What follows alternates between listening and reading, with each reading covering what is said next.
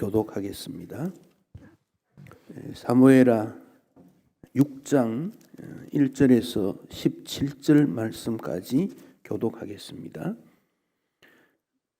다윗이 이스라엘에서 뽑은 무리 3만 명을 다시 모으고 다윗이 일어나 자기와 함께 있는 모든 사람과 더불어 바알레 유다로 가서 거기서 하나님의 궤를 메어오려 하니 그 궤는 그룹들 사이에 자정하신 만군의 여호와의 이름으로 불리는 것이라. 그들이 하나님의 궤를 새 수레에 싣고 산에 있는 아비나답의 집에서 나오는데 아비나답의 아들 우사와 아효가 그 새 수레를 모니라. 그들이 산에 있는 아비나답의 집에서 하나님의 궤를 싣고 나올 때에 아효는 궤 앞에서 가고 다윗과 이스라엘 온 족속은 잣나무로 만든 여러 가지 악기와 수금과 비파와 소고와 양금과 제금으로 여호와 앞에서 연주하더라. 그들이 낙원의 타작마당에 이르러서는 소들이 띠므로 우사가 손을 들어 하나님의 궤를 붙들었더니 여호와 하나님이 우사가 잘못함으로 말미암아 진노하사 그를 그곳에서 치시니 그가 거기 하나님의 궤 곁에서 죽으니라.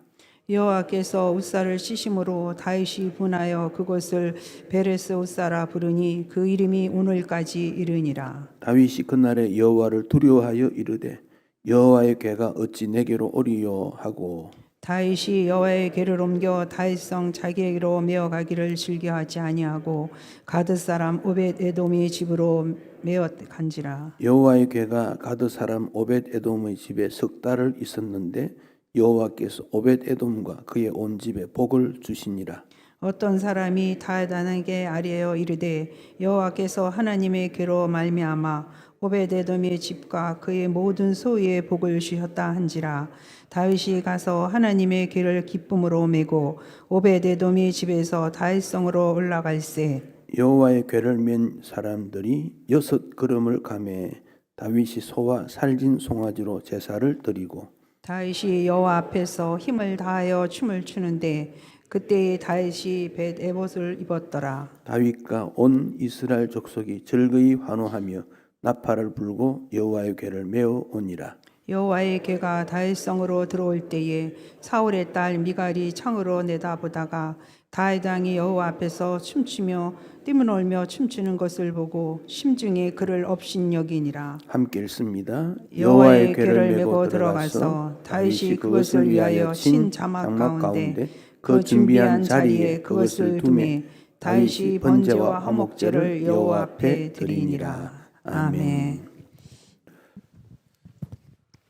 다윗이 이제 왕이 된 이후에 헤브론에서 7년 6개월을 통치했고 그 후에 온 이스라엘의 왕이 되고 블레셋을 물리치고 이제는 나라가 좀 안정적이 되어졌습니다.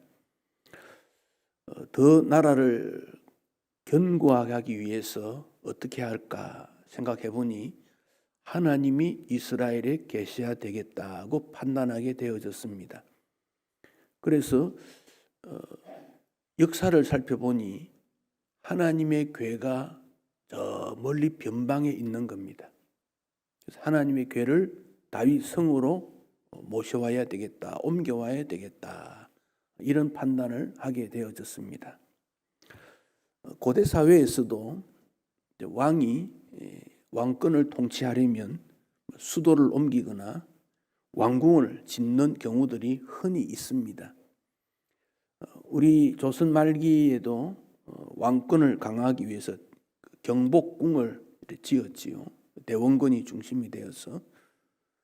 근데 그걸 일제가 그것을 또 훼손시켰지 않습니까? 그 앞에 막 일본 사람들 자기들의 집도 짓기도 하고. 근데 그 경복궁은 참 아름다운 궁이고 세계문화유산에 들 만큼 가치가 있습니다.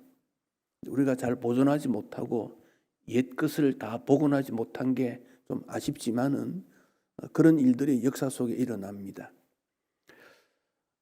다윗이 하나님의 궤를 예루살렘으로 옮겨 올렸는 것은 이스라엘 백성들이 제사를 드릴 때 법궤 있는 곳으로 찾아가기도 하고 그러니까 예루살렘에 법궤를 모셔오면 이스라엘 백성들이 그곳에 모이겠다라고 판단합니다. 그 정치적 이유도 있지만 하나님 앞에 신앙적 이유가 더 큽니다. 법궤를 옮기는 이 내용은 사무엘하 6장인데 사무엘상 6장에도 그런 일이 한번 있어요. 사무엘상 6장에 일어나는 일은 엘리 제사장 때 여호와의 법궤를 가지고 전쟁터에 가면 이길 거야 라고 했는데 블레셋에 패배하고 여호와의 궤를 빼앗겼습니다.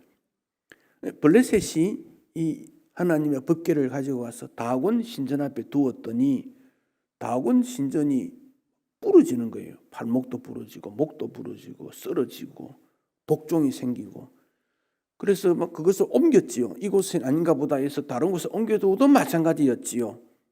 7개월이 지난 다음에 블레셋이 생각할 때 이건 안 되겠다, 다시 이스라엘로 돌려보내야 되겠다, 그렇게 생각하고 수레를 만들어서 전나는 소를 앞에 세우고 거기에 법궤를 싣고 또 자기들이 섬기는 금으로 만든 쥐 이런 것들 올렸습니다. 그리고 가만히 두었더니 그 소가 좌우를 치우치지 않냐고 이스라엘 쪽 가는 거예요. 베세메스라는 곳으로 갔더니 그곳에서 그 수레를 부수어서 장막을 불태우는 그런 재료로 삼고 그 소는 잡아서 번제를 드리고, 그리고 그 법궤는 아비나답이라고 하는 사람 집에 머물게 되어졌습니다. 사무엘상 6장에 보면 아비나답 집에 20년 있었다 그랬어요.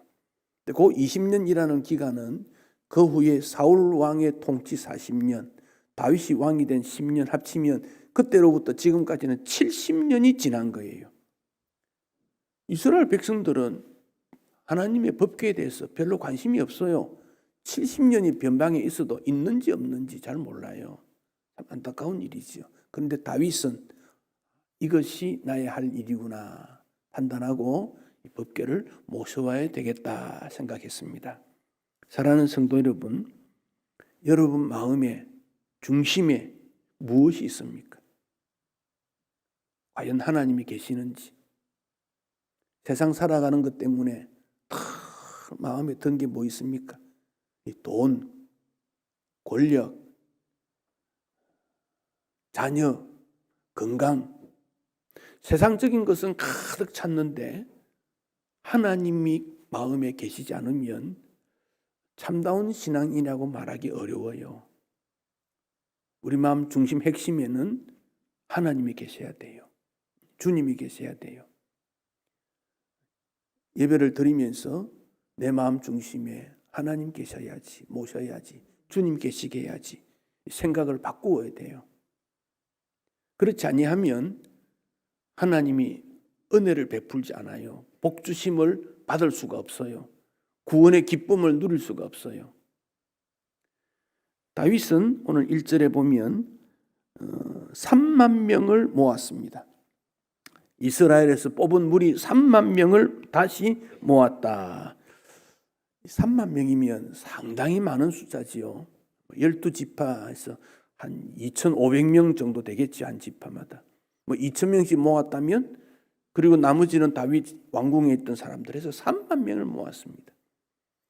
요즘도 3만 명이 동원되었다 그러면 굉장한 숫자인데, 그 당시 3만 명이라면 나라 전체가 움직였다고 볼 수 있어요. 모든 준비를 다 한 것이지요. 그리고는 악기도 준비했어요. 5절에 보면 잣나무로 만든 여러 가지 악기들, 소금, 수금, 비파, 소고, 양금, 재금 다 준비하고 이제 새로운 수레를 만들고 법궤를 모시려고 올라갔습니다.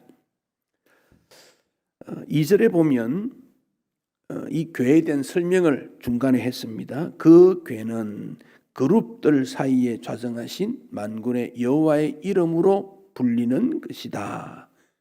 하나님의 궤는 그룹은 천사들의 이름이에요. 천사들의 이름이 서랍이라는 천사가 있는데 그 천사는 찬양하는 역할을 합니다. 그룹이라고 하는 천사들은 주로 경호, 경비, 수비, 지키는 그런 역할을 해요. 그룹들 사이에 천사들이 지키고 있는 거기에 앉아 계시는 만군의 하나님의 이름으로 불리는 것이다. 그러니까 이 법궤를 모신다는 것은 하나님을 이스라엘 가운데 모신다, 그런 의미예요. 그런데 왜 새 수레에다가 그 일을 하게 했을까요?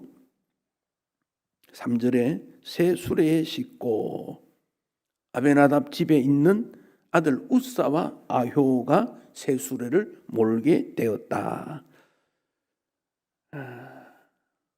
다윗이 구상한 최고의 방법은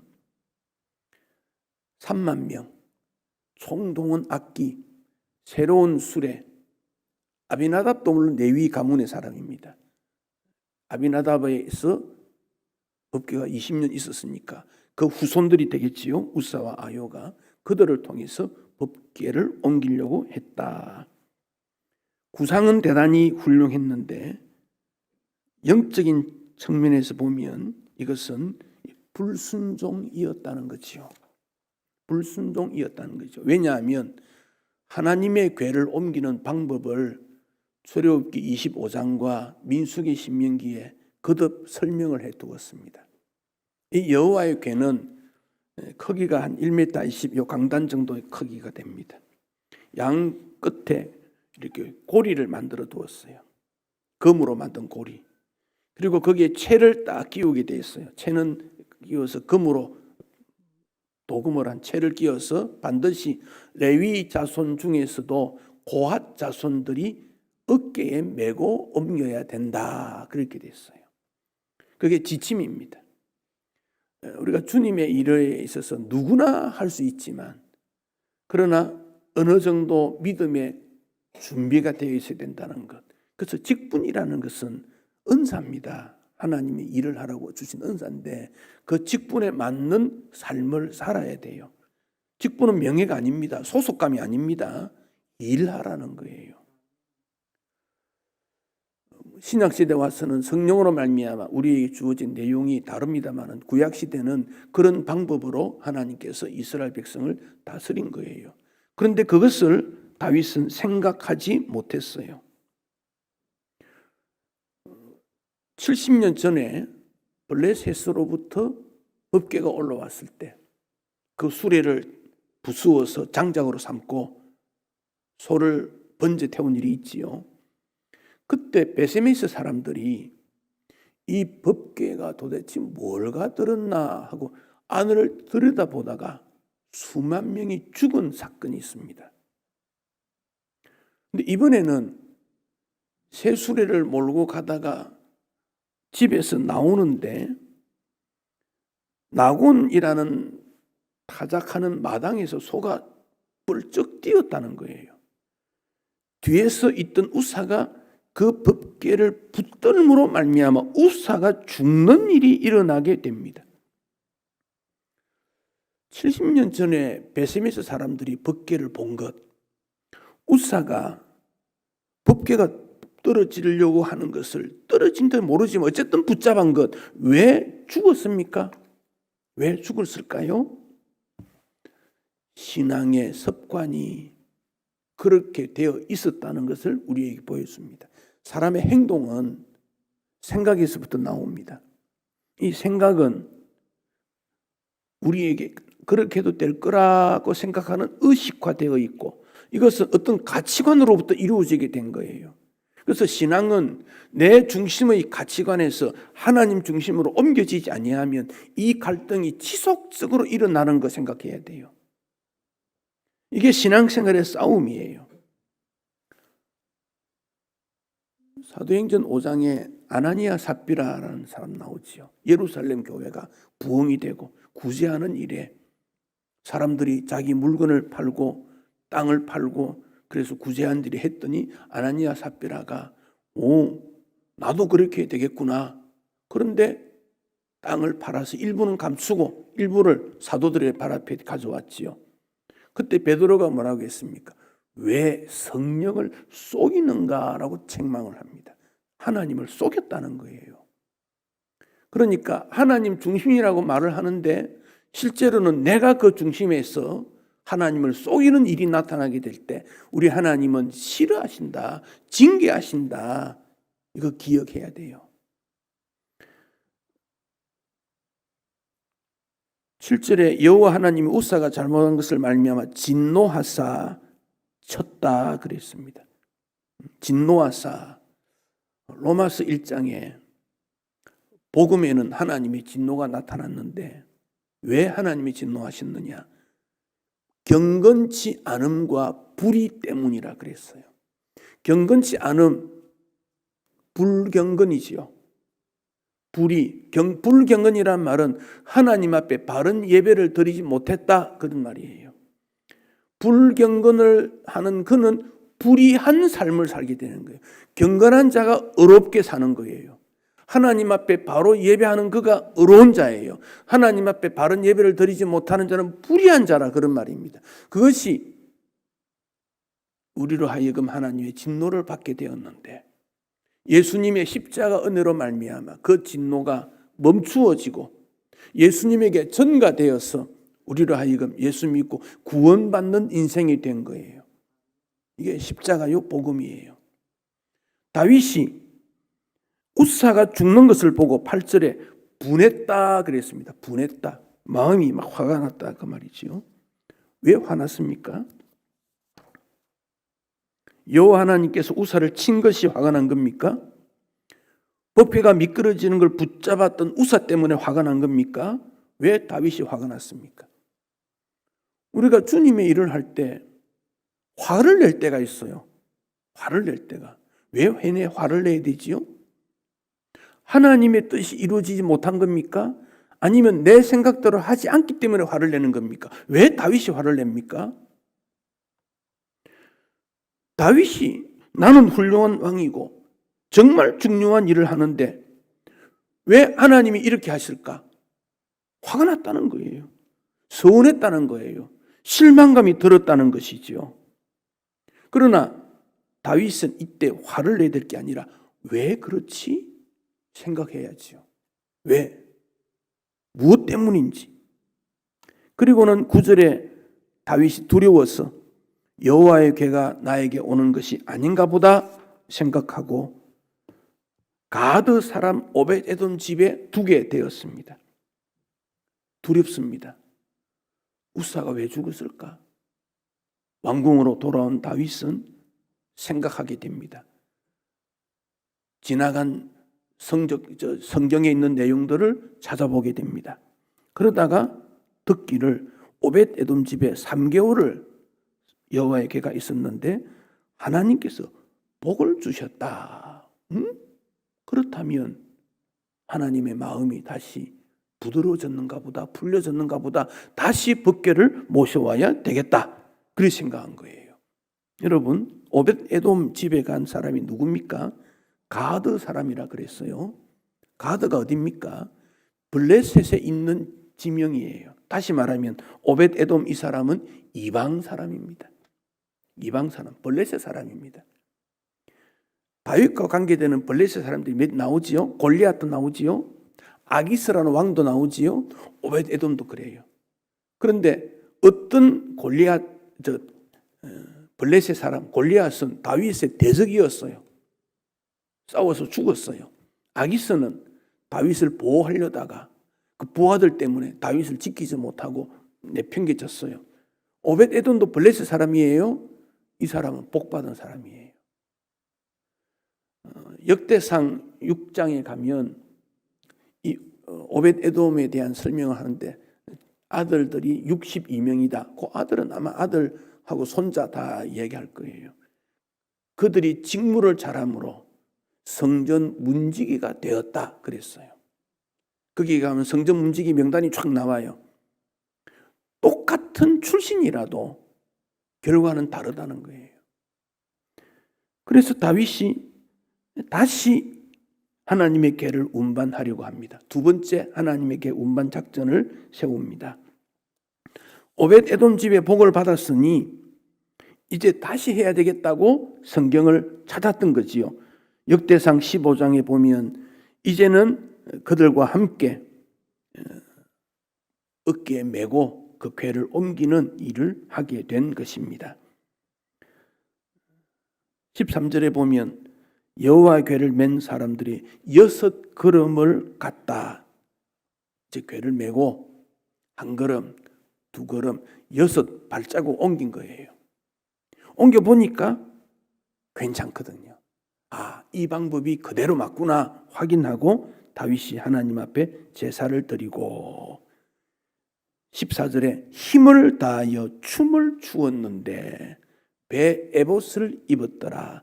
왕복을 입지 않습니다. 하나님 앞에서. 에봇, 회개할 때 입는 옷입니다. 춤을 췄습니다. 온 이스라엘 백성들이 즐거워하며 여호와의 궤를 이제 다윗성 예루살렘으로 옮겨왔습니다. 그리고는 다시 여호와의 궤를 놓고 준비한 자리에 모시고 번제 화목제를 드리고 백성들을 축복하고 다윗이 이스라엘 무리들에게 떡 하나, 고기 한 조각, 건포도 한 덩어리를 나누어 줍니다. 잔치하니까 백성들도 기뻐야지. 이제 끝난 거예요. 얼마나 기쁜지. 그리고 다윗이 20절에 중요한 구절이 하나 있습니다. 다윗이 자기 가족들에게 축복하러 돌아오매. 자녀 교육에 있어서 제일 중요한 것은 부모의 축복 기도입니다. 목사의 축복 기도보다 더 중요한 게 부모의 축복 기도입니다. 여러분 자녀를 위해서 축복 기도 많이 하십시오. 그대로 이루어질 것입니다. 다윗이 이제 국가의 큰 행사를 마치고 집으로 돌아오면서 뭐라고 했습니까? 자기 가족에게 축복하러. 이제 우리 가족에도 축복해야 되겠다. 그런데 미갈이 맞이했습니다. 미갈이 누굽니까? 사울의 딸이지요. 뭐라고 합니까? 방탕한 자가 염치 없이 자기 몸을 드러내었다. 이리 말합니다. 그런데 이 미갈에 대해서 표현을 뭐라고 했느냐? 20절에 사울의 딸 미갈 그리 말했지요. 자, 미갈은 사울의 딸입니다.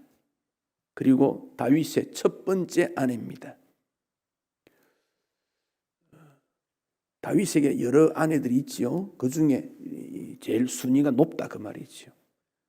그런데 이전에 다윗이 자기 집에 있을 때 사울이 군사를 보내어서 포위한 적이 있어요. 그때 미갈이 다윗을 뒷문으로 도망치게 하고 침대에다가 사람 모양으로 이렇게 둔 적이 있어요. 그게 뭔지 아십니까? 집안에 있던 우상입니다. 그러니까 미갈은 신앙이 없는 여인이에요. 신앙 없어요. 집안의 우상을 침대에 놓고 다윗처럼 꾸며놓고 다윗을 내보냈던 그가 미갈이에요. 그러니 미갈은 하나님의 그 복음이 어떻다, 법궤가 어떻다, 그 몰랐던 여인이에요. 그러니까 다윗을 뭐라고 했습니까? 방탕한 자, 염치 없이 자기 몸을 드러내는 자, 계집종의 눈앞에 몸을 드러내는 자. 다윗이 가족들을 축복하러 들어왔는데 이 말을 듣고 어떤 생각을 하게 되어졌겠습니까? 남편이 하루 일을 마치고 집에 돌아오면 기쁨으로 환영해야 돼요. 낮에 무슨 일이 있어도. 또 남편은 집에 들어왔을 때 수고의 인사와 함께 가족들을 축복하는 말을 해야 돼요. 22절에 보면 다윗이 이렇게 말합니다. 내가 이보다 더 낮아져도 천하게 보일지라도 내가 높임을 받게 될 거야. 이제 이때부터 미갈은 죽는 날까지 자녀가 없게 되어졌다. 저주를 받은 겁니다. 사랑하는 성도 여러분, 오늘 사무엘하 6장에 나타난 사람들을 몇 사람 나왔습니다. 여호와의 법궤를 옮긴다는 게 뭐냐? 왜 옮기려고 합니까? 하나님 앞에 바른 예배 드리기 위해서 이겁니다. 왜 새수레를 동원했습니까? 편리하거든요. 효율적이거든. 어깨 매는 것보다는 훨씬 낫거든. 우리가 하나님 앞에 예배 드릴 때 편리, 효용성, 인간 중심적인 방법은 하나님께서 기뻐하지 않습니다. 다윗이 그렇게 하려고 했었어요. 아비나답은 그 집에 블레셋에 왔을 때 20년 동안 있었는데 복 받았다는 말이 없어요. 오벳 에돔은 이방 나라 사람인데 3개월 있었는데 복받은 사람이에요. 우사는 법궤를 붙잡다가 죽었어요. 미갈은 그 후에 자녀가 없는 여인이 되고 맙니다.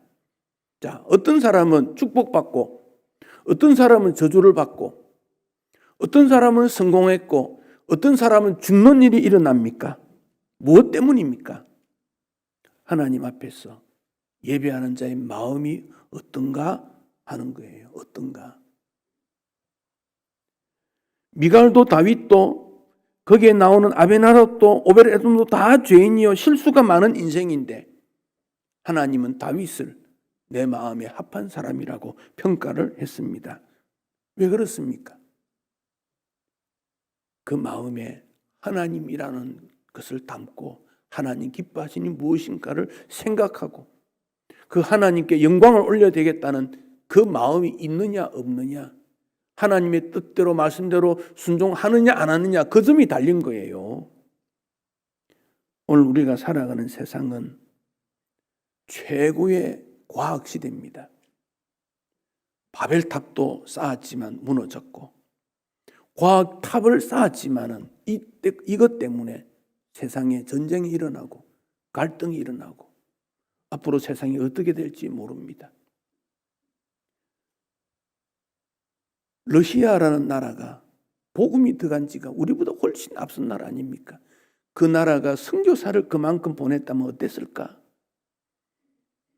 분쟁하고 고통하기보다는 가난하고 어려운 사람들을 위해서 곡물을 좀 나누어 주고 도와주는 나라가 되었으면 어땠을까? 다시 우리에게 적용해 보면 무언가를 갖추었고 무언가가 이루었다고 할 때 과연 그 속에 하나님의 영광이 담겨져 있는지, 우리도 편리에 따라 효용 가치성 따라 세상 기준 따라 살아간다면 우리의 예배가 무슨 의미가 있고 우리의 헌신이 하나님이 받으시겠는가 하는 점입니다. 최고를 추구하는 이 세상에 혼돈과 갈등과 불안이 많은 이때에 하나님 앞에 예배한다는 것은 어떤 의미를 담고 있는 것인지, 우리의 기도 생활은 어떤지 다시 한번 우리 자신들을 살펴보아야 합니다. 주님을 마음에 모시지 않으면 기쁨이나 평화가 없습니다. 기대하기 어렵습니다. 그러나 아무것도 없어도 주님이 내 마음에 계시면 감사가 나오고 편안해지고 자신감이 있고 든든해집니다. 사랑하는 성도 여러분, 여러분 마음에, 자녀들에게, 여러분 가정에 주인으로 주 하나님을 모시기를 축복합니다. 그 하나님이 이 땅에 계시고 우리 가운데 계시면 이 땅의 평화를 유지할 수 있습니다.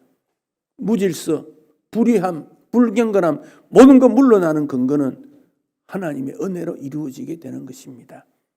그 주님의 은혜가 여러분에게 충만하시기를 축복합니다.